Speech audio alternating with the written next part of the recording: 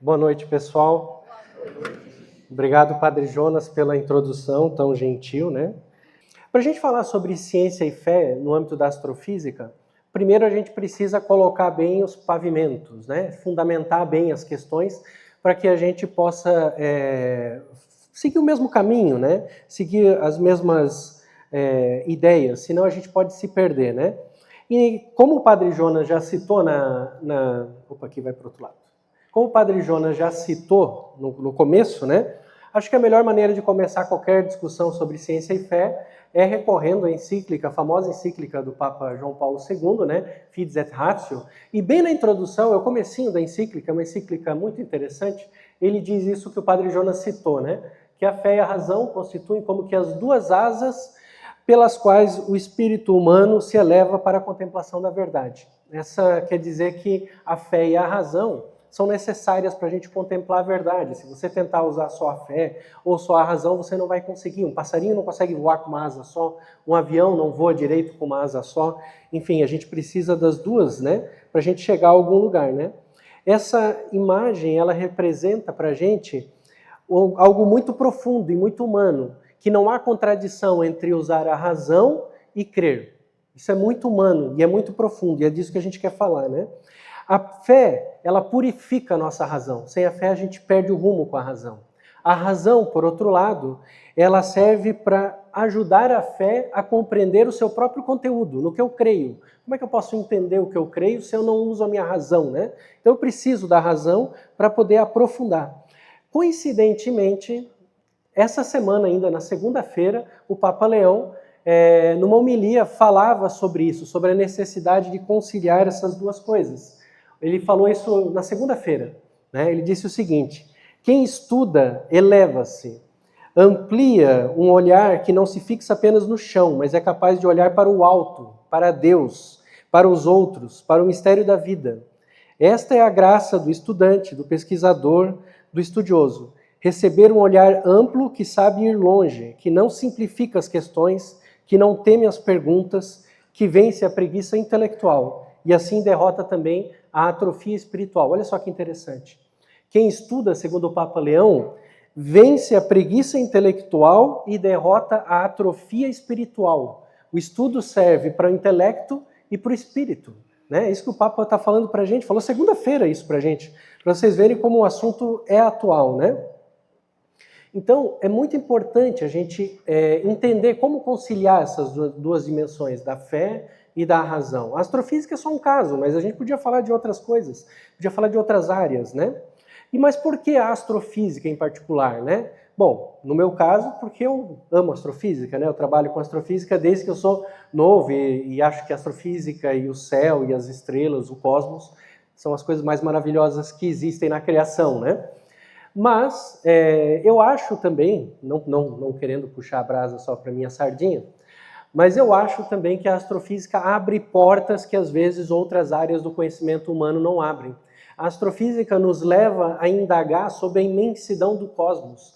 A astrofísica nos leva a indagar sobre a antiguidade do nosso universo, sobre os destinos que o nosso universo tem. Talvez outras áreas não nos levem tão longe, não façam o nosso espírito se elevar tanto, né? A astrofísica faz. Então a astrofísica é uma ciência, de um certo modo, especial para a gente indagar sobre o mistério da criação, porque ela suscita todo esse tipo de perguntas, né? E uma das coisas que a gente precisa entender é que essas perguntas que a gente faz são sobre um universo que foi criado, né? Que tem um criador. Então, quando a gente pergunta sobre o universo, sobre como funciona uma estrela, como um planeta surge, de onde vem o nosso universo, o que é uma galáxia, no fundo a gente está fazendo perguntas sobre a obra do Criador. Então, são perguntas todas que buscam entender quem é o autor do universo. Isso um cristão, evidentemente. Quem não é cristão, às vezes não sabe que está procurando isso, mas como eu vou mostrar para vocês, chega lá. Então, o importante é que o universo físico, o universo que a gente conhece, ele não é um obstáculo para a nossa fé. Ele não é obstáculo para a fé de ninguém. O universo físico é um espelho para a sabedoria de Deus. Essa frase é importante. O universo físico é um espelho para a sabedoria de Deus. Tá?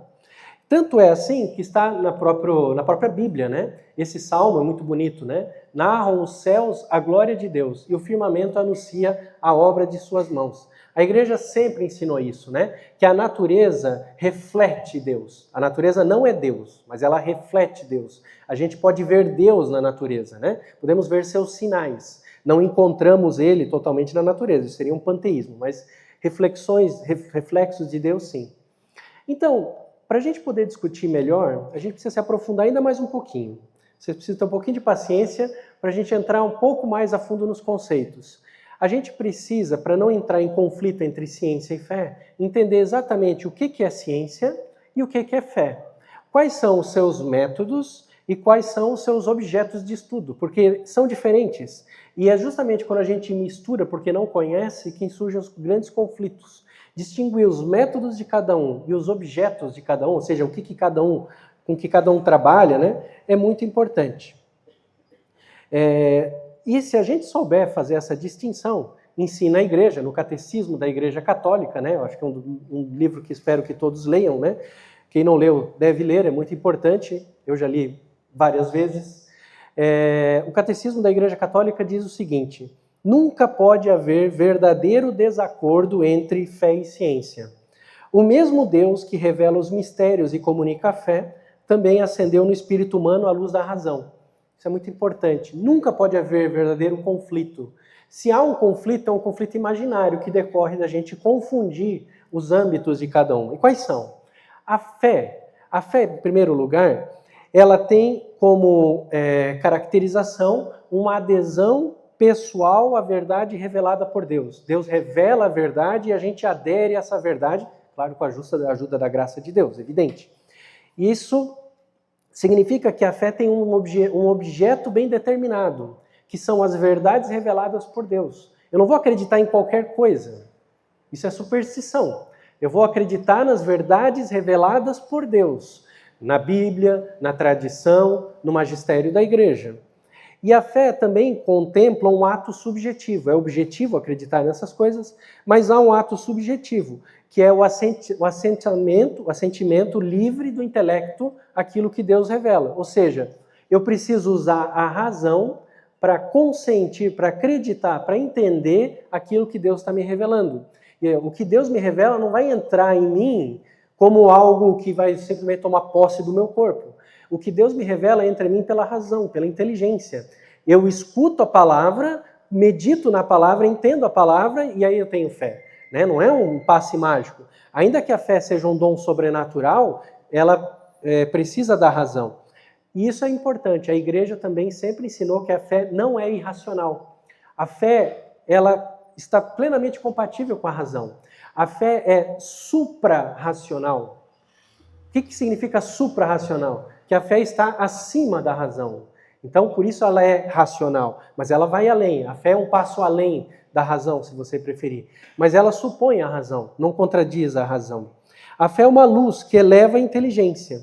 O Papa João Paulo II, na mesma encíclica, né, que eu falava ali no começo, Fides et Ratio, mais para frente, né, ele diz isso. Ele diz: a fé não teme a razão, mas solicita e confia nela. Como a graça supõe a natureza e leva à perfeição, assim também a fé supõe e aperfeiçoa a razão. A fé aperfeiçoa a razão. E a ciência? A ciência é bem diferente. A ciência tem como objeto o mundo natural. Ela estuda o mundo natural. E como método, a ciência tem um método empírico e matemático, que vários de vocês conheceram na universidade, na escola, enfim, o método científico, para estudar a natureza. Mas o objeto da natureza é o mundo natural, não é a verdade revelada por Deus. Veja como é diferente uma coisa da outra. E por isso, as conclusões que a ciência toma não são conclusões teológicas, são conclusões só sobre o mundo natural, não são conclusões sobre Deus.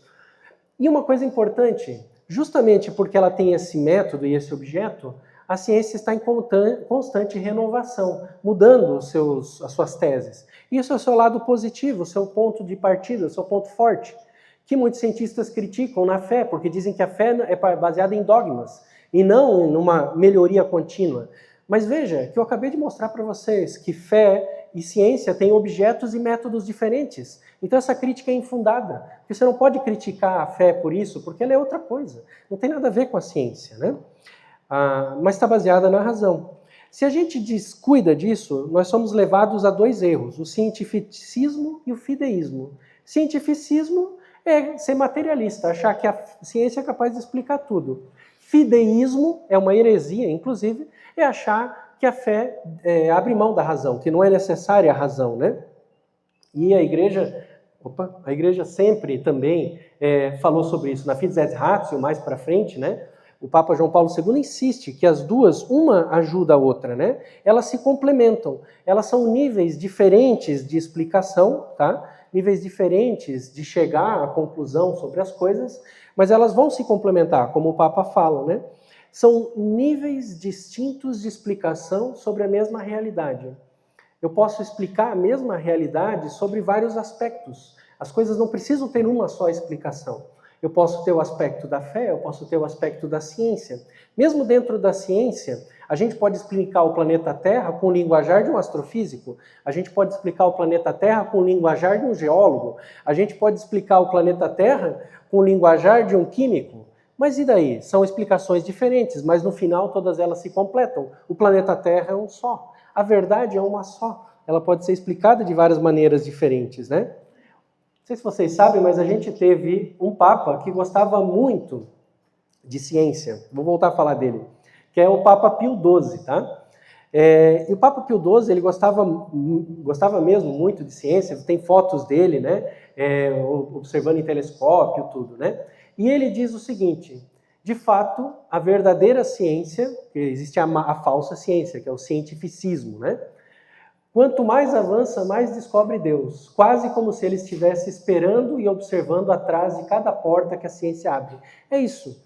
O cientista, apesar de ter um objeto e um método distinto da teologia, da fé, ele vai descobrindo verdades sobre o universo. E atrás de cada verdade dessa, como diz o Papa Pio XII, como se fosse uma porta, ele encontra Deus. Eu já estava te esperando aqui, vocês estavam me procurando, né? O cientista, de certa maneira, está sempre procurando a Deus.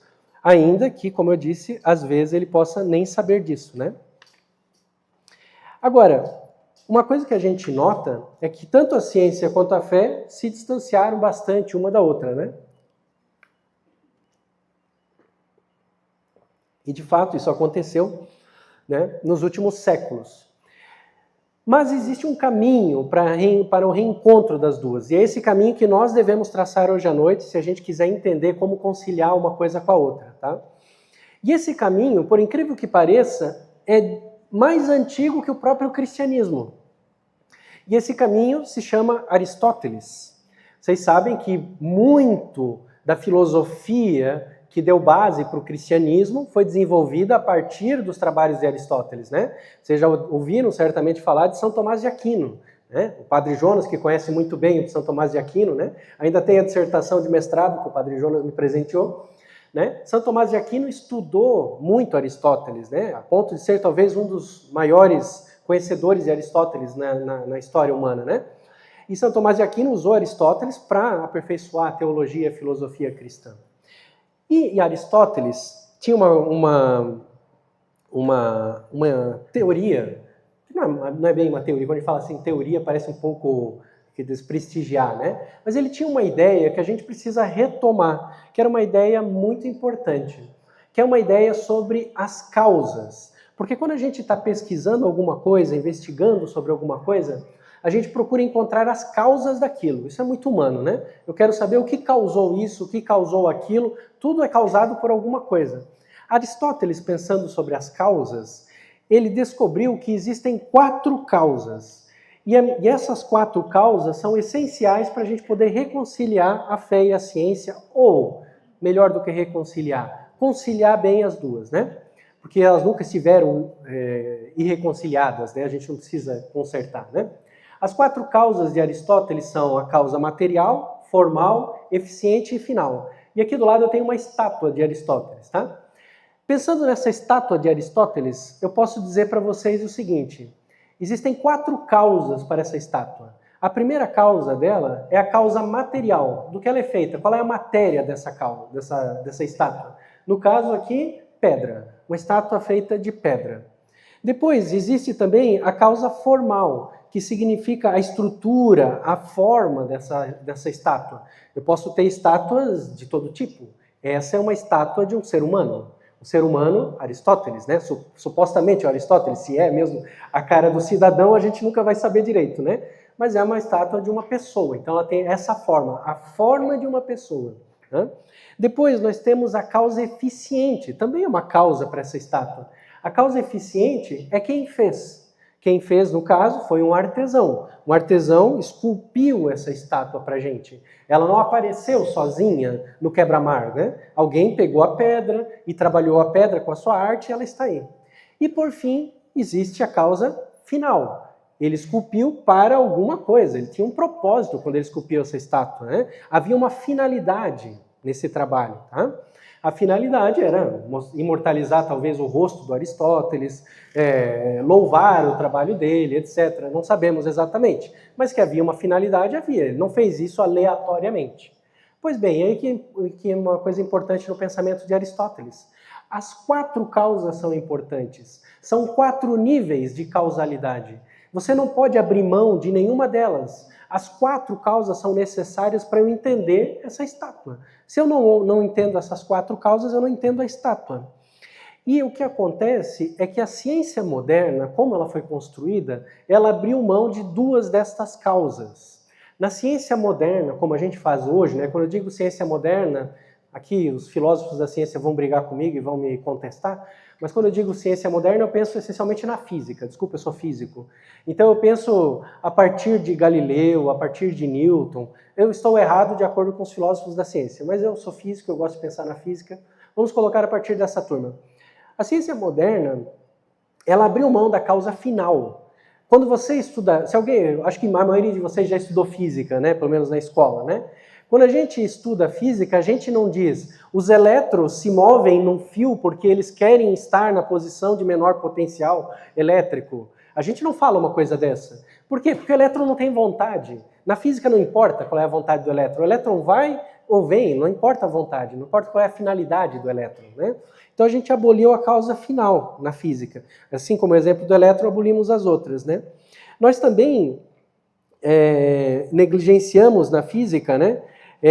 As causas formais, tá? Então também não importa as causas formais na física. Nós ficamos só com as causas materiais e as causas eficientes, tá? Então nós abolimos por completo 2 das causas de Aristóteles. Isso significa uma coisa boa e uma coisa ruim.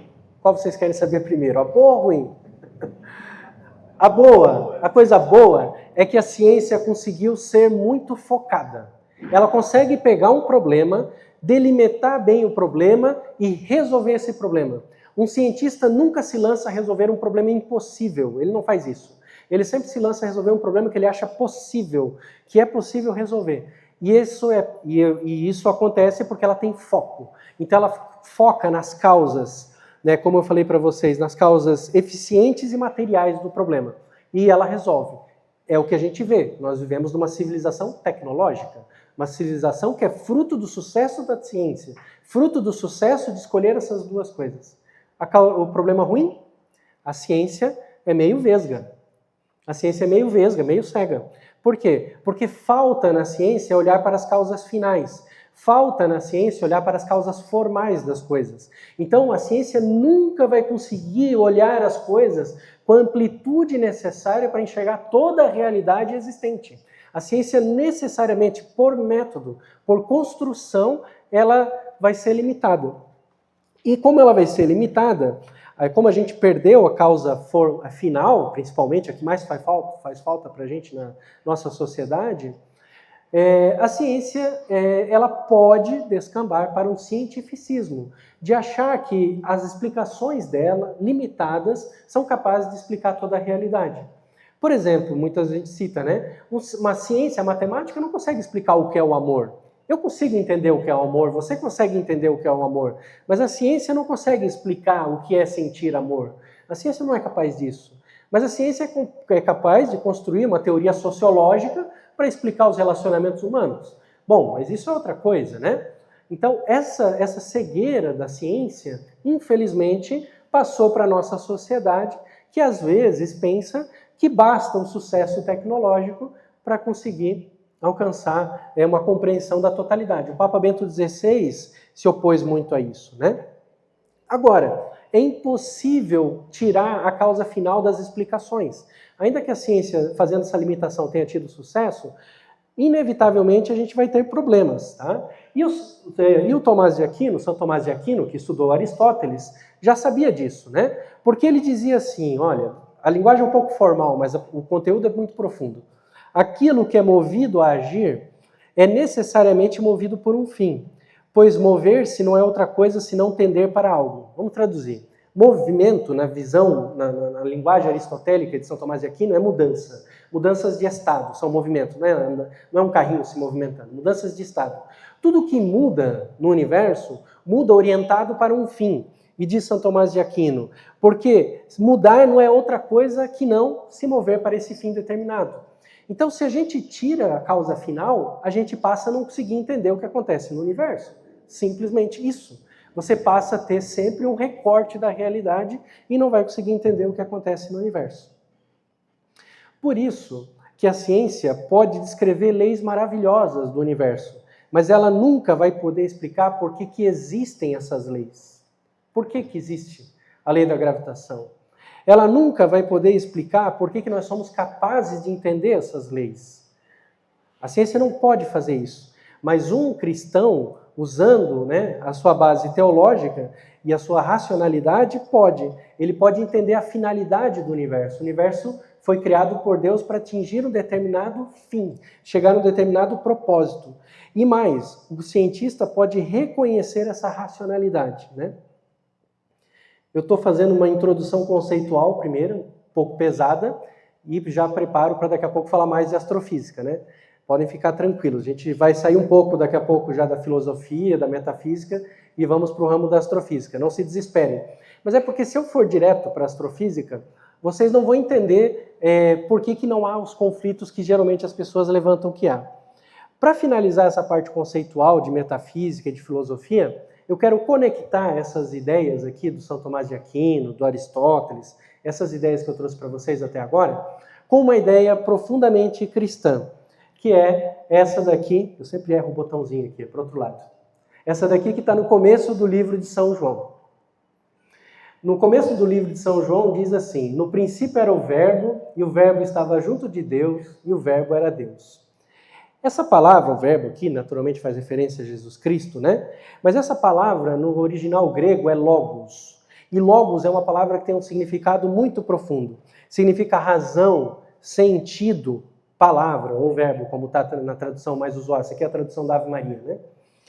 E para nós, isso é muito importante, porque significa que no princípio de tudo estava o verbo, e estava Cristo. E significa que todo o universo tende para Cristo também. Tá? E no Catecismo da Igreja Católica, ele trabalha um pouco mais esse conceito. Ele diz assim, o mundo não é fruto de uma qualquer necessidade, de um destino cego ou do acaso. Ele procede da livre vontade de Deus, que quis fazer as criaturas participantes do seu ser, da sua sabedoria e da sua bondade. Ou seja, nós não estamos num mundo que foi criado cegamente por acaso, mas a gente está num mundo que foi criado por Deus para atingir uma finalidade. Então, significa que a ciência, quando ela abre mão de entender isso no cosmos, ela abre mão de entender algo muito profundo sobre o cosmos. E a fé é que é capaz de trazer esse aprofundamento. A criação de Deus, ela é racional. A criação mesmo de Deus é racional. Né? Toda a criação fala de Deus. E nos fala através do Logos. Só que esse Logos é uma pessoa. Esse Logos é Jesus Cristo. Não é uma ideia filosófica abstrata. E isso é muito importante. Porque sendo Jesus Cristo, sendo uma pessoa real, né? Significa que a gente tem a identidade agora do amor no mundo. Então, de certa maneira, a gente pode dizer que a origem de todas as leis naturais é o amor criador de Deus. Não é só um conceito filosófico, mas uma pessoa mesmo, encarnada, né? Jesus Cristo, verdadeiro Deus e verdadeiro homem. Esse Logos, né? Então, torna o nosso universo algo que faz sentido através do amor. Vocês já viram aquele filme Interstellar? Filme muito, muito legal. Quem não viu, recomendo fortemente para assistir. Dá para assistir em família, tá? É um filme muito bacana para assistir em família. No final, vou dar um spoiler do filme, tá? No final, o filme só faz sentido por causa do amor. O amor entre a filha e o pai. Tá? Toda a história se conecta através do amor. Todas as leis físicas fazem sentido através do amor. E é isso que a gente está dizendo aqui. Esse Logos, né, quer dizer isso, né? É muito importante entender que ele se concretiza, né? De certa maneira, a gente pode dizer que a ciência, ela pode até ler as equações do cosmos, mas é a fé que vai descobrir nelas a linguagem do amor. Tá? Aqui eu faltei... Aqui, essa citação. O Ratzinger, né, o nosso Papa Bento XVI, né, ele tem um livro que é uma compilação de várias homilias dele, que é um livro fantástico que fala, quem quiser se aprofundar sobre isso, que fala sobre essas questões do Gênesis, da criação do universo, etc. Chama-se Criação e Pecado, tá? Um livro muito bom. E nesse livro tem um momento que ele diz o seguinte: através da razão da criação, o Logos, o próprio Deus nos contempla. A física e a biologia, ciências exatas por excelência, né? A física por excelência, ele diz, nos fornecem um relato novo e inédito da criação, com novas e grandiosas imagens que nos permitem reconhecer o rosto do Criador. Então, o Ratzinger está dizendo, em outras palavras, que o cientista, né, com todas as suas descobertas, ele consegue descobrir o rosto do Criador. Mas o rosto do Criador nos foi revelado também na fé cristã, né? Então, algo que nos foi revelado, lembra que a fé é uma adesão à revelação, né? Algo que nos foi revelado é mostrado para nós também através da ciência. Isso que o Ratzinger está dizendo para a gente aqui. Isso tem consequências muito interessantes. A primeira é que uma verdade científica e uma verdade religiosa não são duas verdades diferentes, mas duas leituras da mesma realidade. Então é mais do que você dizer, existe essa verdade e existe aquela outra verdade. Eu quero conciliar, né, a verdade da Bíblia com a verdade do livro de cosmologia. Eu quero conciliar essas coisas. São duas verdades da mesma realidade, a mesma coisa, né? Essa postura do cristão, né, essa postura de olhar a realidade de uma forma mais profunda, nos leva a evitar vários equívocos. Tem um documento muito importante da igreja, que é a Gaudium et Spes, tá, do Concílio Vaticano II, em que ele fala assim, ó, quando levada a cabo de um modo verdadeiramente científico, a ciência, né, quando levada a cabo de um modo verdadeiramente científico e segundo as normas morais, que existe ciência imoral, né, nunca será realmente oposta à fé, já que as realidades profanas e as da fé têm origem no mesmo Deus. Então significa que quando a gente vive isso na prática, a gente se livra de algumas ideias erradas. Uma ideia muito comum que existe, né, na nossa sociedade hoje é que o mundo é um lugar caótico e sem sentido. Isso é uma ideia errada, uma visão nihilista, materialista da realidade. Outra ideia errada que a gente pode perceber muito acontecendo é transformar o mundo num Deus. Isso chama panteísmo. Você começa a adorar a natureza, adorar as criaturas. Então você começa a idolatrar o mundo, como se ele fosse uma espécie de Deus. É um erro. E uma terceira ideia muito errada que acontece é a ideia de que nós podemos manipular o mundo ao nosso bel prazer. Por exemplo, né, a questão do aborto, né? Então eu posso manipular a natureza para funcionar do jeito que eu quiser. Então eu tenho esse direito.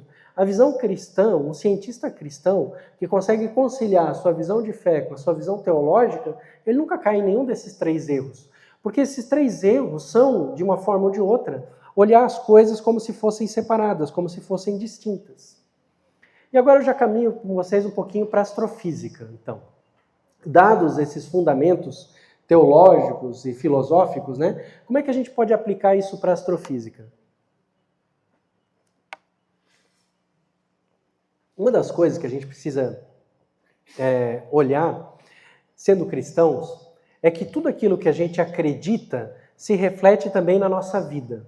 Não é possível eu acreditar em uma coisa e viver o oposto daquilo que eu acredito. Isso é incoerência, é uma hipocrisia, né? Então eu vou trazer para vocês duas histórias, para vocês conhecerem, de dois cientistas que dentro da astrofísica souberam viver tudo isso que eu estava falando para vocês aqui. E foram exemplares nisso. São dois cientistas que foram muito importantes para a cosmologia, né? Eu gosto muito de cosmologia, né? Tem aquele meu livro que eu falei para vocês. São dois cientistas que foram muito importantes para o estabelecimento da teoria do Big Bang, que é uma teoria que surgiu lá por volta dos anos 20 do século passado e se desenvolveu muito e hoje é uma teoria muito madura, tá? O primeiro deles é o Georges Lemaitre. Georges Lemaitre foi um padre belga, padre diocesano belga, tá? Que era também matemático e fez depois o seu doutorado em astrofísica. Tá? Ele estudou na Inglaterra e nos Estados Unidos, mas sendo belga ele era professor da Universidade de Louvain. Tá? O Georges Lemaitre, não sei se vocês sabem, é quem criou a teoria do Big Bang. Né? Então o Lemaitre criou a teoria do Big Bang. Ele propôs a teoria do Big Bang em 1927 e depois desenvolveu numa série de trabalhos subsequentes aí. Tá? Se alguém quiser curiosidade, naquele meu endereço lá da UFSC, você acha um link que tem um vídeo do Lemaitre, uma entrevista. Eu posso passar esse link para vocês depois, uma entrevista que eu traduzi, tá? Eu com meus alunos traduzimos uma entrevista do Lemaitre. Ele criou a teoria do Big Bang. E o que é a teoria do Big Bang? Ele não desenvolveu toda a teoria, né? Ela depois foi desenvolvida por muitos outros cientistas. Mas o que é a teoria do Big Bang? O que esse fato nos mostra? Que a fé dele não impediu ele de estudar física e matemática e criar uma das teorias mais maravilhosas que existe na física. Uma das teorias mais incríveis que a gente tem, que explica desde o começo até o fim do universo, toda a evolução do cosmos, né? A fé dele não impediu, e ele era um padre exemplar, ele viveu exemplarmente a fé dele toda a vida, né? Uma curiosidade é que ele recebeu vários prêmios. E esses prêmios sempre vinha dinheiro, né? Quando ele faleceu, ninguém sabia o que ele fez com o dinheiro. Ele doou todo o dinheiro de todos os prêmios para a caridade. E ele vivia de uma maneira muito pobre, muito simples, muito humilde, o Lemaitre. Então, a ciência não impediu ele a fé não impediu ele de fazer ciência. E olha que ele foi muito atacado. O próprio Einstein atacava o Lemaitre, né? Os dois se conheciam, e o Einstein dizia que a ideia do Lemaitre era uma tentativa de colocar o livro do Gênesis dentro da física. Por quê? Porque na época do Einstein e do Lemaitre, eles achavam, né, que o universo era eterno. Então significava que o Big Bang não estava, que o Gênesis não estava com nada. Que Deus criou o universo há um tempo atrás? Criou nada. O universo é eterno. Não tem nada de Deus. Isso é história de cristão. De repente, um padre católico vem com a teoria de que o universo surgiu. E não é só uma ideia, é um trabalho matemático, formal, usando a teoria da relatividade do Einstein. E o próprio Einstein disse, né, que são palavras do Einstein. A ideia foi inspirada no dogma cristão da criação e totalmente injustificada do ponto de vista físico, que depois ele teve que se retratar, porque hoje a teoria é aceita. Um segundo exemplo é um astrofísico chamado Alan Sanders, que é um astrofísico americano, que ele fez o caminho contrário do Lemaitre. O Sanders foi aluno do Hubble. O Hubble é o cara que mediu pela primeira vez a expansão do universo, obteve os valores, né, mais precisos. Tá? O Sanders foi aluno dele e depois refinou todo o trabalho. Foi um astrofísico super famoso, muito respeitado. Não é muito conhecido da opinião pública em geral, mas dentro da área é muito conhecido. Só que acontece que o Sanders, ele era agnóstico, não acreditava em Deus. E ele se converteu aos 50 anos de idade. Ele se converteu aos 50 anos, sendo americano, ele procurou alguma igreja evangélica. Só que ele tinha medido a idade do universo. A primeira medida precisa da idade do universo que a gente tem foi com ele. Então, ele sabia que o universo tinha realmente bilhões de anos, e não alguns milhares de anos, como alguns cristãos falavam. Então, ele dizia, isso está errado, tem bilhões de anos. Eu sei que tem bilhões de anos porque eu medi, eu fiz a medida, e está certa a minha medida. Né? Então, ele foi de igreja em igreja fazendo duas perguntas para o pastor, para ver se ele ia fazer parte daquela igreja ou não. Primeira pergunta, você aceita a Bíblia de capa a capa? Sim ou não? Ah, veja bem. Não, tá bom, obrigado, passar bem.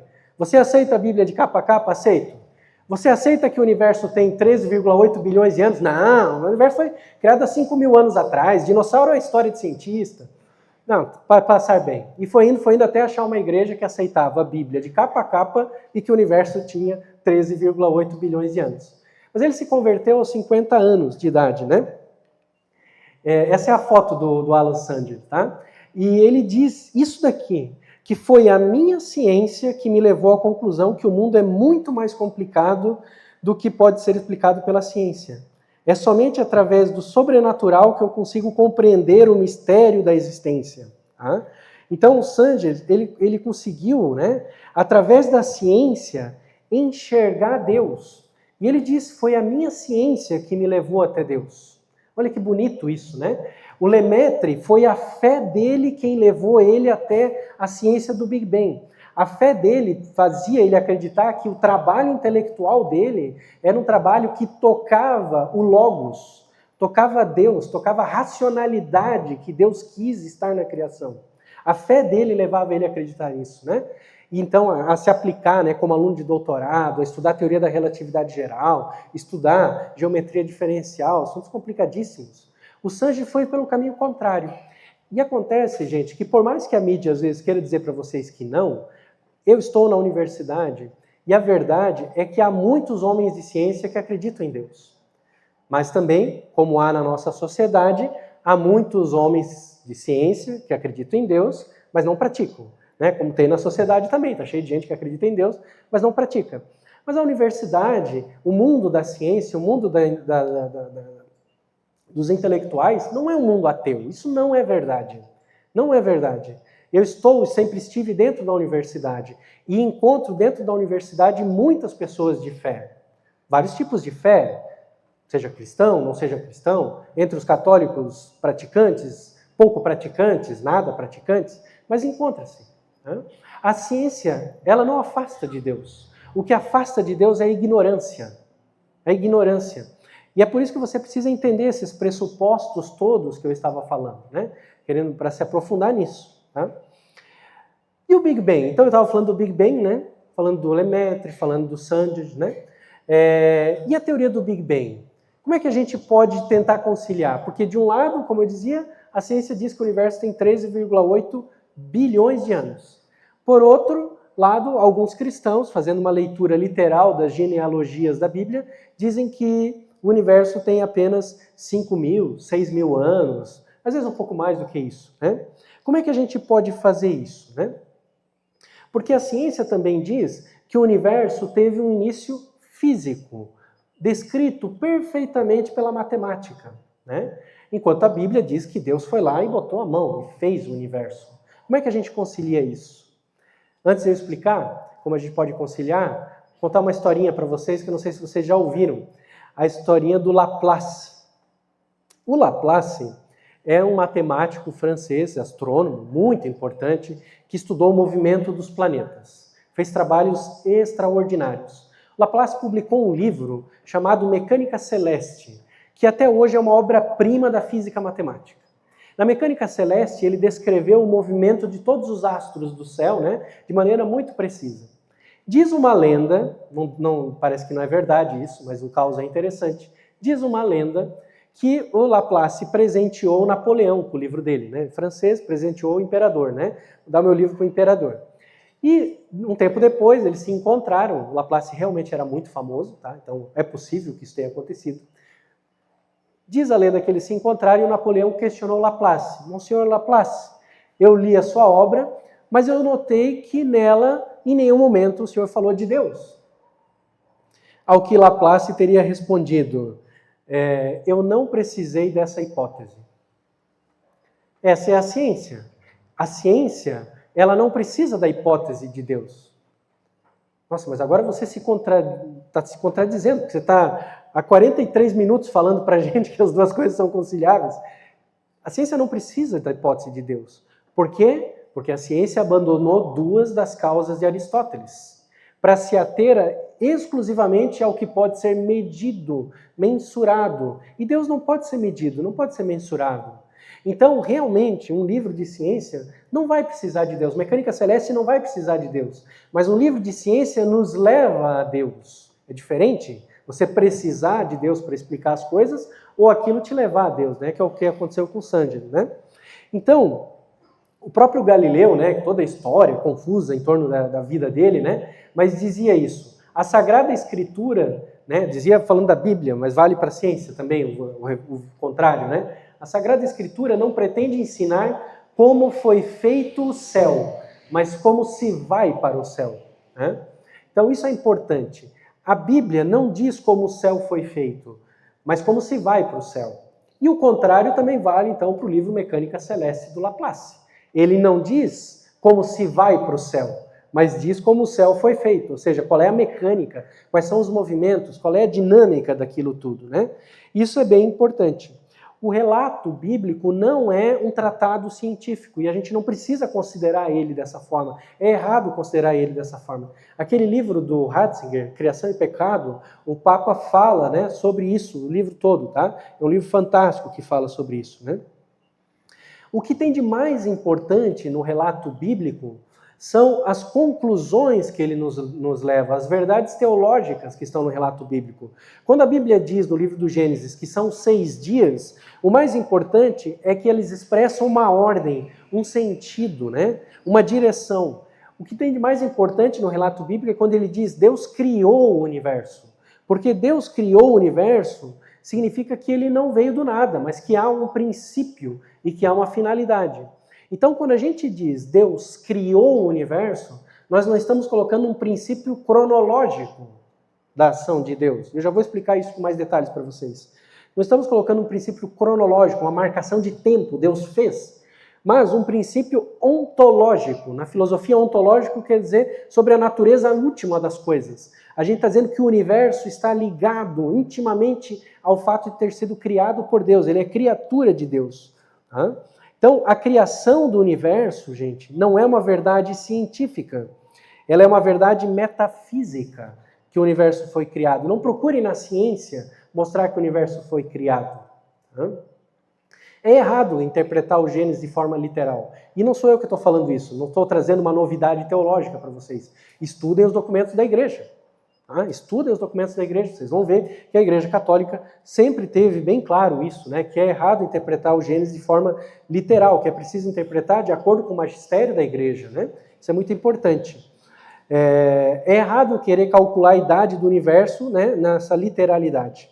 O Big Bang, gente, ele é um começo físico, instante da física. Não é um começo metafísico, da origem, o que causou o universo. Ele é um começo físico, ele é diferente, né? Então, ele vai ter os seus limites. Ele pode falar do que a física faz, mas não pode falar da origem mais fundamental das coisas, né? A criação de Deus, gente, na metafísica, isso é muito claro também, a criação de Deus é um ato contínuo de Deus. É errado, isso inclusive é uma heresia, pensar que Deus criou todo o universo e saiu. É errado a gente colocar Deus no começo de tudo e deixar depois ele sem nada para fazer. Isso se chama deísmo. É errado a gente dizer que Deus criou o universo e saiu de cena. Deus cria continuamente o universo. Deus sustenta o universo. Se Deus deixasse de existir, o universo deixaria de existir agora, nesse mesmo instante. Então, a criação, ela é contínua. A criação não é há 5.000 anos atrás. A criação não é há 13,8 bilhões de anos atrás. A criação é agora, nesse instante, no futuro, e ontem, em todo instante, tá? Como é que a gente pode falar disso? Como é que a gente pode falar que o tempo começou, então, e que Deus cria continuamente? Deus está continuamente criando porque ele criou um universo que é incapaz de existir por conta própria? Não, é muito mais profundo do que isso. E se você quiser entender as raízes disso, você precisa, de novo, ir para os grandes pensadores cristãos.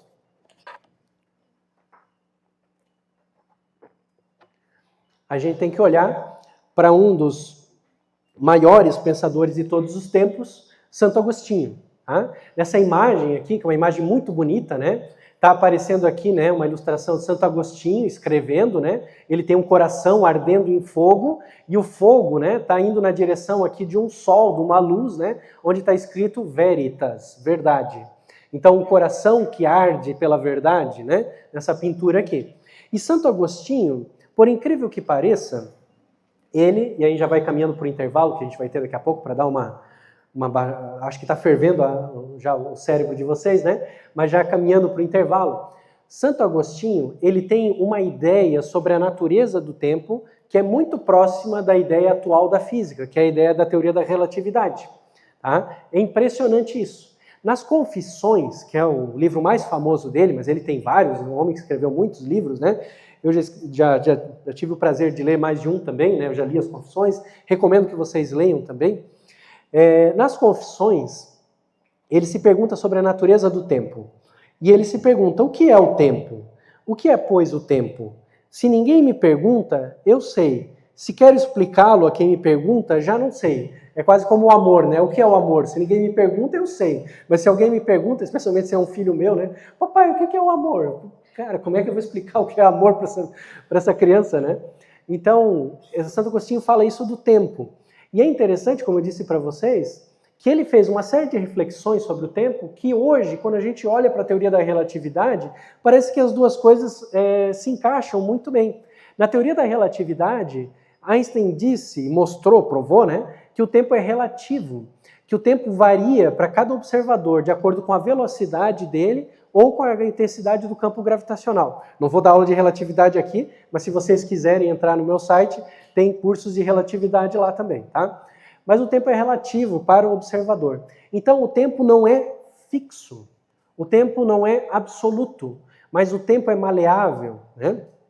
O tempo, para Santo Agostinho, de certa forma é assim, porque Santo Agostinho, refletindo sobre o tempo nas Confissões, ele chega à conclusão que o tempo também é uma criatura divina. O tempo também é uma criatura de Deus, né? Santo Agostinho conclui que o tempo não é eterno. Olha só que interessante. O tempo não é eterno, ele foi criado junto com o mundo. E hoje essa é a teoria padrão dentro da física, que tanto o espaço e o tempo foram criados junto com o universo. Tá? Quem criou essa teoria a partir da relatividade geral foi o famoso Hawking, né? Stephen Hawking, aquele físico que andava de cadeirinha, né? Então o Hawking foi um dos criadores dessa ideia, que o próprio tempo e o espaço surgiram junto com o universo. E Santo Agostinho diz que o tempo foi criado, né? Santo Agostinho fala assim, ó, não existia tempo antes que criasses o céu e a terra. Não existia o tempo. Deus criou. Tu és o criador de todo o tempo. E anterior a todo o tempo não é antes, mas é a eternidade. Então, ele significa que Deus não está dentro do nosso tempo. Deus está fora do nosso tempo. Deus, ele é atemporal, que a gente chama de eterno nas palavras de Santo Agostinho, né? Então, na linguagem física, o tempo é uma dimensão do cosmos. Na linguagem teológica, o tempo é uma criatura de Deus. Uma criatura de Deus. Deus não pertence ao tempo. Toda a ação de Deus, ela não está contida no tempo. E é por isso que Deus cria o universo continuamente. Porque o criar de Deus não depende do tempo. Deus não cria ontem, hoje e amanhã. Deus cria. E não existe tempo para esse verbo, né? Se eu pudesse fazer isso, né? Não existe tempo para esse verbo. Nesse sentido, o Lemaitre foi muito importante dentro da igreja, aquele padre que criou a teoria do Big Bang. Em 1951, o Papa Pio XII, que adorava a ciência e estava vibrando com as ideias do Lemaitre, né? O Papa Pio XII quis fazer um discurso onde ele ia dizer que o padre Lemaitre tinha criado uma teoria que explicava que o universo tinha uma certa idade. O Lemaitre ficou sabendo disso e correu para os assessores do Papa para, pelo amor de Deus, não permitam que ele faça uma coisa dessa. Por quê? Porque, primeiro de tudo, a teoria dele era uma teoria científica. Hoje está certo, amanhã está errado. E aí, o Papa falou um negócio desse e amanhã está errado. Puxa, faz muito mal para a igreja isso, né? Não pode deixar o Papa falar uma coisa dessa, né? Ele está empolgado. E, segundo, porque teria consequências, né, metafísicas. O Lemaitre, eu não mostrei para vocês ainda a foto dele, está aqui. Esse é o Georges Lemaitre, dando aula de teoria da relatividade, tá? De batina, dando aula de teoria da relatividade em Louvain, tá? O Lemaitre, ele falou o seguinte, não há nada de especial para o começo do tempo no universo. E o começo não é um lugar onde se tocaria em Deus como uma hipótese. Você encontra Deus ali. Relembro as palavras de Jeans. Jeans é um astrofísico muito importante, tá? Americano. O dedo de Deus agitando o éter. Então, é como se Deus estivesse agitando o éter, o vazio, e criando o universo. e seria um instante do começo. Eis o começo. Aí o Lemaitre contesta, não é uma ideia agradável para uma mente religiosa. É uma ideia que faz Deus descer para o domínio das causas primeiras. Deus dando aquele toque inicial no universo. Deus está fora disso. E creio que uma das contribuições que uma teoria como a minha pode dar é justamente evitar essas dificuldades. Então, Lemaitre, que conhecia muito a metafísica, né, como um sacerdote bem formado, conhecia metafísica, ele sabia que o surgimento do tempo também era uma criatura de Deus. E que a teoria do Big Bang não tinha nada a ver com isso. Para vocês entenderem, se estiver ficando muito abstrato, a gente já vai caminhando até para finalizar essa primeira parte daí, tem um físico americano que eu gosto muito, chama Stephen Barr, que criou a Sociedade dos Cientistas Católicos dos Estados Unidos, que tem feito um trabalho tremendo de divulgação de ciência e fé. O Stephen Barr ele faz uma analogia para a gente entender essa questão do tempo. A analogia é a seguinte: pense Deus como o autor de um romance, que vai escrever uma história. O autor de um romance, ele vai pegar o livro e ele vai escrever uma história naquele livro. Primeiro, ele pensa toda aquela história. Depois ele bota aquela história no papel. Antes daquela história estar no papel, ela já estava inteira na cabeça dele. O autor do romance, ele tem a história inteira acontecendo de um só ato, em um só ato na cabeça dele. De um vislumbre, ele consegue ver toda a história do romance. Mas pense nos personagens do romance. Para eles, o desenvolvimento das suas vidas e das suas relações e das suas histórias que estão acontecendo no romance são uma consequência causal da outra, né? Então, o fulano fez isso, aí ele falou com a cicrana, daí aconteceu tal coisa, aí morreu Beltrano. Então, para eles é uma consequência, mas para o autor do romance não é, né? Só que é a mesma coisa em relação a Deus. Deus, ele é o autor dessa obra, ele consegue ver tudo isso, né? Deus contempla num ato só toda essa história. E qual é a consequência prática disso? A consequência prática é que perguntas como, por exemplo, a galinha surgiu pela evolução, acharam que eu ia falar do ovo, né? Não é do ovo. A galinha surgiu pela evolução ou foi criada por Deus? Perguntas como essas são simplesmente falsas. Não podem ser colocadas. Por quê? Porque existem dois níveis aqui. Os dois níveis coexistem. É como no romance. A cicrana foi traída pelo Beltrano porque a fulaninha deu em cima dele? Sim. Mas isso foi inventado pelo autor? Sim. São dois níveis de explicação que coexistem. Assim também é no nosso universo, né? No nosso universo, a galinha surgiu pela evolução. Mas isso significa que ela foi criada por Deus? Sim, também significa que ela foi criada por Deus. Uma coisa não contradiz a outra, porque uma coisa acontece aqui no tempo, outra coisa é o querer de Deus, que está fora do tempo. O acaso, a mutação, alterações aleatórias, randômicas que acontecem nos genes para acontecer a evolução, surpreendem só quem não entende esses dois níveis. Só quem está no meio dessa história é que acha que uma alteração randômica num gene que leva depois ao surgimento de um primata é algo aleatório e sem sentido. Para Deus não é aleatório e sem sentido. Para Deus sempre teve sentido. Deus escreveu toda essa história. Sempre teve sentido. E ela acontece no tempo. Dessa forma, com Santo Agostinho, com Einstein, com Santo Tomás de Aquino e Aristóteles, a gente vai finalizando essa conexão. A gente consegue grudar essas coisas e entender que Deus vai muito além. Depois do intervalo, que o Padre Jonas já sinalizou, depois do intervalo eu vou continuar falando para vocês sobre alguns aspectos, então, de ciência e fé de astrofísica que parecem ter contradição. E para encerrar, eu quero deixar aqui um texto que eu acho fabuloso, e é o encerramento mesmo, vou deixar aqui, inclusive, projetado para vocês lerem com calma depois, desse grande autor de espiritualidade, que é o Garrigou-Lagrange, que é o autor desse livro fantástico, As Três Idades da Vida Interior, livro muito profundo, muito bom, em que ele fala sobre a vida de oração. E nesse texto da vida de oração, ele usa exatamente essas ideias que a gente está colocando. Deixa eu ler para vocês. Da mesma forma, quando oramos, não se trata de persuadir Deus ou incliná-lo a mudar as disposições da sua providência. Quando a gente reza, Senhor, me dê aquilo, não se trata disso. Trata-se simplesmente de elevar nossa vontade à sua, a fim de desejar com Ele, no tempo, o que Ele decidiu nos dar desde toda a eternidade. Eu amo essa frase.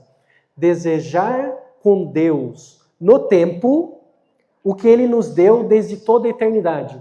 Deus conhece a tua vida desde o começo até o fim, sabe tudo que você vai ganhar ou não vai ganhar. Você reza não para mudar a vontade de Deus, porque Deus é imutável. Você reza para desejar com Ele no tempo, na tua vida aqui, o que Ele quis para você desde toda a eternidade. Esse é o objetivo, é mudar você, não é mudar Deus, o que Garrigou Lagrange está falando. A oração, longe de buscar trazer o Todo-Poderoso até nós, é uma elevação da alma a Deus, como expressam os santos padres. Quando oramos e somos atendidos, parece que a vontade de Deus se inclina para nós, mas não é assim. A nossa é aquela que se eleva e ascende. Acontece que começamos, aí ele volta à ideia, né? Começamos a desejar no tempo a mesma coisa que Deus nos quis conceder desde a eternidade. Então tá bom, gente. Bom, agora eu quero dar uma aterrissada. A gente vai fazer o seguinte. Então a gente estudou os princípios, né, os fundamentos metafísicos, filosóficos, teológicos, também de filosofia da ciência. Tem muita filosofia da ciência aqui, que é outra coisa que eu gosto muito. Quem quiser se aprofundar também posso dar dicas de leitura, de estudo sobre filosofia da ciência também, para alguém que deseja, assim, né? Agora que a gente tem as ferramentas, a gente pode olhar para algumas situações, a gente pode olhar para alguns casos, né? E o primeiro caso que eu quero trazer para vocês é um caso muito interessante, que é o mistério da precisão cósmica. Em termos técnicos, nós chamamos isso de ajuste fino das constantes do universo. É um mistério que chama a atenção tanto dos físicos quanto dos teólogos. Mas o nosso universo, ele tem constantes, né? Constante da aceleração da gravidade, constante da força eletromagnética, atração entre elétrons, entre prótons, constante das forças nucleares que mantêm os núcleos atômicos ou quebram esses núcleos atômicos, constantes como a expansão do universo, a velocidade com que ele expande, a taxa com que ele faz isso, etc. Há uma série de constantes que determinam as características do nosso universo. A física conhece uma infinidade delas, mas algumas dessas constantes nós consideramos mais fundamentais do que outras. Por exemplo, a velocidade da luz é uma constante que a gente considera muito fundamental, uma constante muito importante na natureza. Acontece com essas constantes uma coisa muito interessante. Se você mudasse um pouquinho, mas muito pouco mesmo, o valor de algumas dessas constantes, você teria um universo completamente diferente. Por exemplo, a constante da força gravitacional. Se a gente fizesse a gravidade no universo todo ser um pouco mais forte ou um pouco mais fraca, a gente mudaria a taxa de geração de energia das estrelas. E aí a Terra talvez já não fosse mais habitável.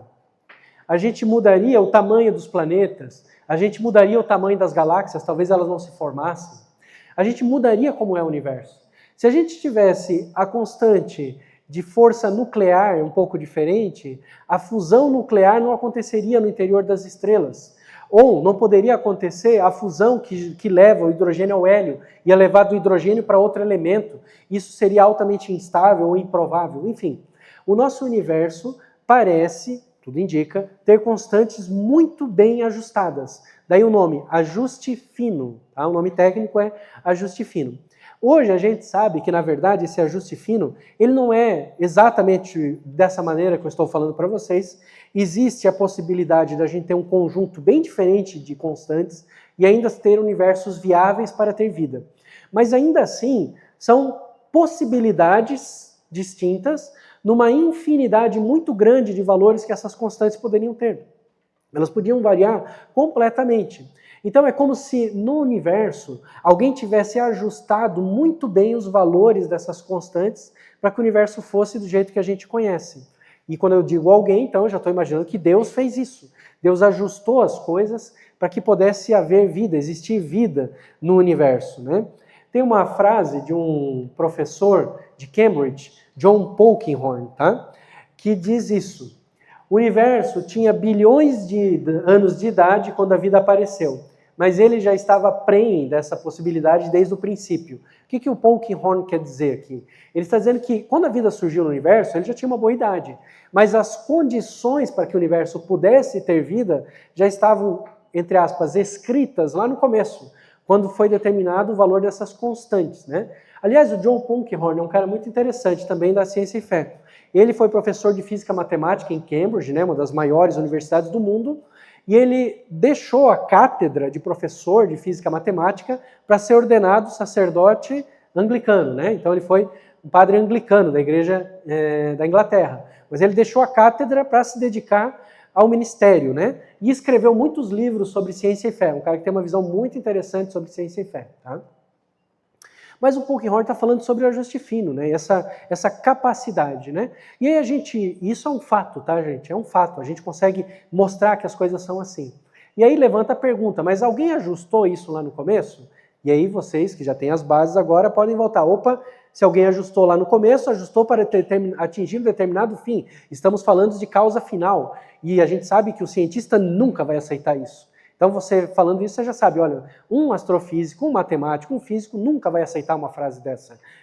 Foi ajustado, as constantes foram ajustadas por alguém, porque isso é causa final. Mas não tem problema, você já entende, né? A gente já explicou, que são explicações em níveis diferentes, né? Um cientista pode, por exemplo, acreditar que elas aconteceram por necessidade, ou seja, existia na hora de o universo começar a surgir, né, as leis físicas, elas foram montadas de tal forma que elas têm o valor que têm, tá? O valor que elas têm. Isso é possível mostrar matematicamente que pode ter acontecido em alguns casos realmente assim. Mas, de novo, essa explicação não cancela a outra, tá? A única explicação que não é possível é uma explicação que aparece muito por aí, talvez alguns de vocês já tenham ouvido falar, que é a explicação de universos paralelos. Já ouviu falar de universos paralelos? Multiversos é um nome mais técnico. Você não vai encontrar universos paralelos nos livros de física, mas multiversos. A ideia de multiversos é a seguinte: poderiam existir várias combinações possíveis, e todas elas existem. E todas elas constituem um universo separado, um universo paralelo. A gente está aqui nesse universo se perguntando sobre essas constantes só porque a gente veio a ter vida. Porque nos outros universos onde não tem vida, não tem ninguém se perguntando sobre elas, isso não é um problema.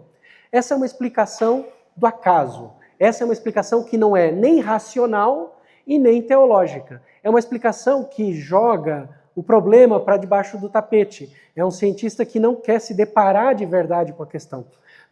E essa é uma crítica que eu faço não de um ponto de vista teológico, mas de um ponto de vista físico. Muitos físicos de renome criticam as teorias de universo paralelo. Isso as pessoas em geral não sabem, porque na mídia aparece como se fosse a coisa mais glamurosa do mundo.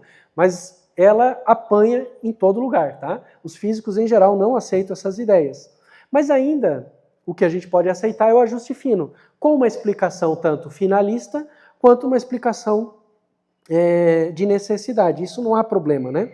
O que é interessante é que, ao olhar o ajuste fino, de certa maneira, a gente descobre com a linguagem moderna da ciência aquilo que a religião sempre soube, aquilo que a filosofia sempre soube, que o universo tem uma finalidade.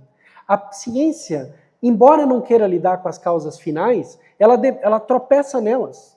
Né? Aquilo que o Papa Pio XII falava, que eu mostrei para vocês, é como se o cientista, atrás de cada descoberta, né, abrisse uma porta e encontrasse Deus. A ciência tropeça nas causas finais. Ela não quer, mas ela encontra.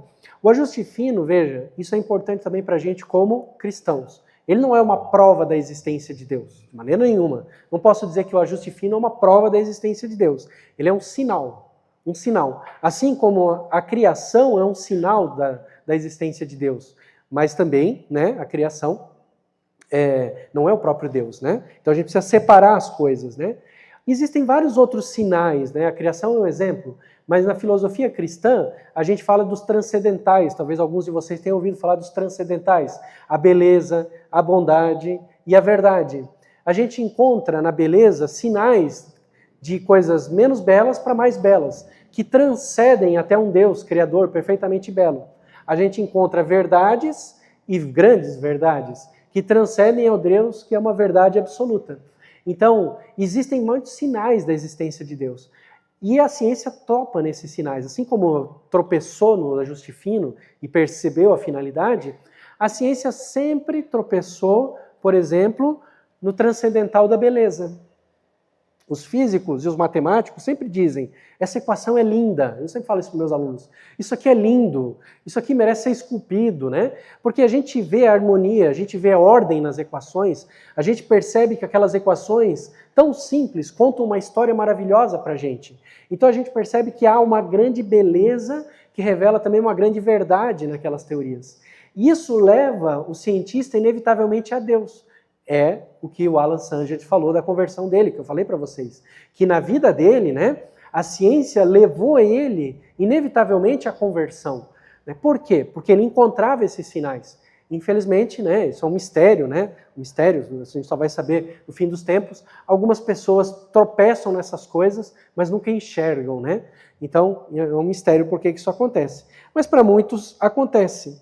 Então, esse mistério cosmológico do ajuste fino é impressionante. Outra coisa impressionante da cosmologia, né, é quando a gente começa a contemplar as dimensões do universo, né? O nosso universo, ele é imenso. Um astrofísico, né, a gente tem uma percepção da dimensão do universo que às vezes é até difícil de explicar para as pessoas. Mas as escalas de tamanho, as escalas de tempo no universo são imensas. E a gente, contemplando essa imensidão do universo, às vezes a gente pode até se sentir um pouco assim, boquiaberto, né? E se sentir um pouco pequeno, como se a gente não fosse nada. E alguns cientistas até querem passar essa visão para a gente, né? Mas não é a visão do cristão, né? A visão do cristão é que Deus nos ama com amor de predileção, né? Por exemplo, no Salmo fala, né? Que é o homem para pensardes nele, que são os filhos de Adão para que vos ocupeis com eles, né? E aí depois o Salmo vai desenvolver, né? Então nós cristãos sabemos que Deus quis a gente, somos a finalidade do universo, apesar da imensidão desse cosmos. E quando eu digo que o cosmos é imenso mesmo. E significa que o cosmos, talvez uma pergunta que muitos de vocês tenham vindo fazer aqui para mim hoje, né? O cosmos pode estar povoado de outras formas de vida, fora da Terra. Pode sim. Por quê? Se você pensa no tamanho do nosso universo observável, nele cabem trilhões de galáxias, como a nossa. Cada galáxia tem centenas de bilhões de outras estrelas. Centenas de bilhões em cada uma das trilhões de galáxias. Cada estrela pode ter vários planetas em órbita dela. Desses planetas, alguns podem ter condições de ter vida. E desses que têm condições de ter vida, alguns podem ter desenvolvido vida, né? Como aconteceu aqui na Terra. Essa é uma possibilidade. Hoje nós conhecemos vários exoplanetas. Não sei se você já ouviu esse termo. Exoplaneta é um planeta que orbita outra estrela, não o Sol. Nós já conhecemos comprovadamente mais de 5 mil exoplanetas. Planetas em torno de outras estrelas. Tá? Esses exoplanetas, alguns deles, estão em condições de ter vida. A gente consegue medir temperatura, etc., composição química. Alguns deles têm condições de ter vida. Será que eles têm vida? Será que não tem? Até hoje a gente não detectou. Mas é possível que a gente venha detectar. E quais seriam os impactos teológicos da gente detectar que existe vida em outros lugares do universo? Bom, aí a gente precisa caracterizar direito a vida, né? Porque se for só vida irracional, planta, bichinho, coisinha assim, para a teologia, em princípio, não teria nenhum problema, né? Deus pode criar vida aqui, pode criar vida em outro lugar. Isso não é nenhuma dificuldade teológica, ninguém vai ter problemas com isso. O problema seria, né, se a gente encontrasse vida inteligente. Aí a gente teria um problema. Qual seria o posicionamento de um católico se existissem ETs inteligentes, né? E eu não estou defendendo a ufologia, mas estou dizendo que pode ter algum planeta que tenha vida inteligente. Será que pode ter algum planeta que tenha vida inteligente? E aí, como é que a gente se põe? Bom, aqui, gente, vale muito o princípio fundamental, que é o princípio da prudência, né? Primeiro, entender que a gente sequer detectou vida em outro planeta até hoje. Eu acho que a gente tem possibilidades, mas ainda estamos, né, às cegas, não detectamos vida. Se a gente detectar vida, muito mais difícil vai ser prever se ela é inteligente ou não, discutir se ela é inteligente ou não. Às vezes é difícil, né, até saber se a vida na Terra é inteligente, né? Quanto mais se a vida em outro lugar é inteligente, né? Mas enfim, é um problema que nós talvez tenhamos que enfrentar no futuro. Essas discussões, todas essas coisas, né? O fato é que talvez seja muito improvável que a gente venha de fato a encarar isso. Se você olhar mesmo fisicamente, vida inteligente é uma coisa muito rara no planeta. Não porque é difícil de achar aqui, mas é porque a vida inteligente no planeta Terra surgiu só recentemente, né? O Homo sapiens surgiu há mais ou menos 200 mil anos. E o planeta Terra tem vida há 4 bilhões de anos. Então, depois de todo esse tempo que foi surgir vida inteligente aqui no planeta, né? Então é um fenômeno muito raro, tá? Agora, a gente não pode colocar limites à ação de Deus. E se isso acontecer? Se isso acontecer, nós vamos encarar a situação da mesma maneira que sempre encaramos tudo. A gente vai confiar nos ensinamentos da revelação, da tradição e do magistério da igreja. E vamos esperar que o magistério se pronuncie. Não existiam métodos contraceptivos como a gente conhece hoje na época dos apóstolos, mas eles vieram a surgir na Revolução Sexual e a gente esperou o magistério da igreja. Não existia, né, bebê de proveta naquela época. Então, se alguém falasse para os apóstolos, tá, eu estou aqui inquieto porque a minha fé está sendo tentada, porque eu imagino que existirão bebês de proveta, e quando existirem bebês de proveta, eu não sei qual vai ser a resposta correta da igreja, e por isso eu vou abandonar a minha fé, porque a minha fé ela não consegue explicar isso. Tem que sacudir o cidadão. Calma, cara, calma. Espera acontecer primeiro. Espera os teólogos se debruçarem. Espera a igreja se debruçar sobre isso. Aí a gente vai ver o que a gente acha ou o que a gente não acha. Por enquanto, cuida da tua vida. Por enquanto, faz o pequeno de cada dia, que é mais importante, né? Mas o fato é que realmente os astrofísicos procuram por vida fora da Terra, né? Uma outra questão que também muitas pessoas perguntam, e às vezes vêm falar com a gente, é sobre a questão dos milagres. Porque eu tenho o tempo todo falado para vocês de leis da natureza, lei da gravidade, lei das forças nucleares, lei disso, lei daquilo. E o que é um milagre? O milagre é como se as leis deixassem de existir, ou deixassem de ter valor, né? O milagre parece que é quando Deus diz, opa, pausa, vamos parar aqui o jogo, agora não valem as regras, vou fazer uma regra diferente, né? Então parece que o milagre, falando em termos mais filosóficos, né? O milagre é uma quebra da racionalidade que existia na criação. Ou seja, a gente imaginou que a racionalidade, o logos que estava na criação, era traduzido na forma de leis físicas. Porque, né, existe o logos, existem leis físicas. E essas leis físicas não podem desdizer a si mesmas, senão elas entram em contradição. Isso a filosofia diria. Eu direi que está errado. Está errado pensar dessa forma. Porque pensar dessa forma, né, é, de novo, querer colocar limites na ação de Deus. Um milagre, ele não é uma violação das leis naturais. Um milagre é simplesmente Deus agindo como Deus. Deus fazendo as coisas acontecerem de outra maneira, porque ele tem toda a liberdade do mundo, tem toda a capacidade, tem todo o poder do mundo, né? Nas Escrituras, isso fica muito claro. Se você pega, por exemplo, todas as vezes que as pessoas pediram milagres para Cristo, como se aquilo fosse para fazer um show, ou se fosse para fazer um truque, ele se nega, né? Por quê? Milagres não são um truque de mágica, não são para fazer um espetáculo. Milagres são sinais de Deus para algo muito maior, para uma realidade muito superior. O milagre, diz a teologia, está ordenado para a fé, não para a curiosidade. Assim sendo, gente, o milagre não viola a racionalidade do universo. Um cristão não é irracional porque acredita em milagres, tá? Não acontece isso. Uma vez aconteceu uma coisa engraçada, curiosa, né? Eu fui chamado para um debate numa universidade católica e era eu, professor de uma universidade federal, vocês sabem como é, né? Tem de tudo, né? Eu, professor de uma universidade federal e o professor da universidade católica. Só que eu estava defendendo a fé católica e o professor da Universidade Católica, não. E acontece que ele se negava a aceitar, né? Ele dizia, né? Por exemplo, né, os milagres mostram que você acredita em coisas que não são racionais, não são da ciência, etc., né? E eu estava tentando explicar para ele que os milagres não são uma quebra da racionalidade, muito pelo contrário. Quando eu assumo, né, que Deus é o Deus criador, ele pode fazer as coisas como bem entende, sem violar nada, né? Mas não teve. Por mais que a gente argumentasse, etc., ninguém se entendeu nesse debate, né? A ciência e a teologia, então, elas não se contradizem quando a gente tem os milagres.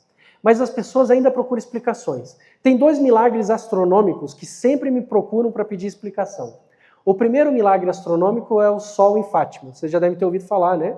Que no dia 13 de outubro de 1917, 70 mil pessoas,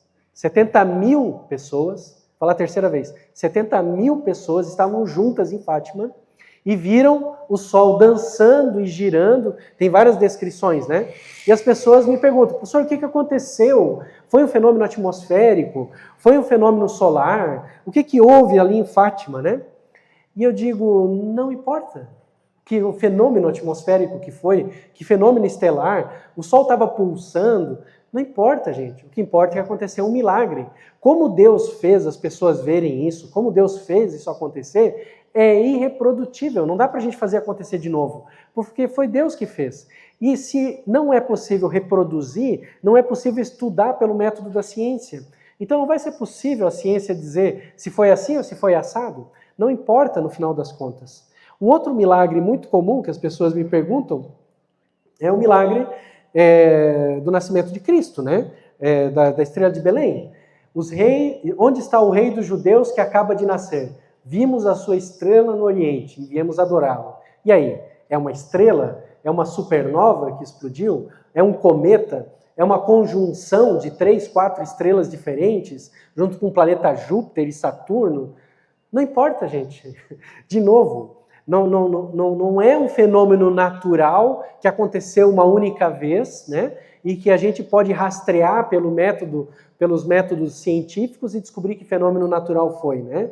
Não é isso que torna esse fato importante, né? O que torna o fato importante não é que ele tenha sido um fenômeno natural e super especial, mas é que ele tenha sido um ato providencial. Se foi natural ou não, foi providencial. Deus fez um milagre para mostrar um sinal muito importante. E não cabe à ciência, né, tentar destrinchar os detalhes, né? Cabe, sim, a gente entender que nesse momento as leis da natureza foram transfiguradas por um sentido sobrenatural. É isso que importa para a gente, né? O que vai levar a gente a algum lugar, né? Então, gente, também caminhando para um final, a gente poder abrir para as perguntas, né? E vocês poderem colocar as questões de vocês. Eu gostaria, de maneira geral, né, dizer que a ciência e a fé hoje, elas têm vários encontros, e desses encontros podem surgir várias purificações, várias melhorias, no fim, um diálogo, né, permanente entre as duas, para que elas melhorem. A ciência, ela é convidada pela fé a agir com mais humildade.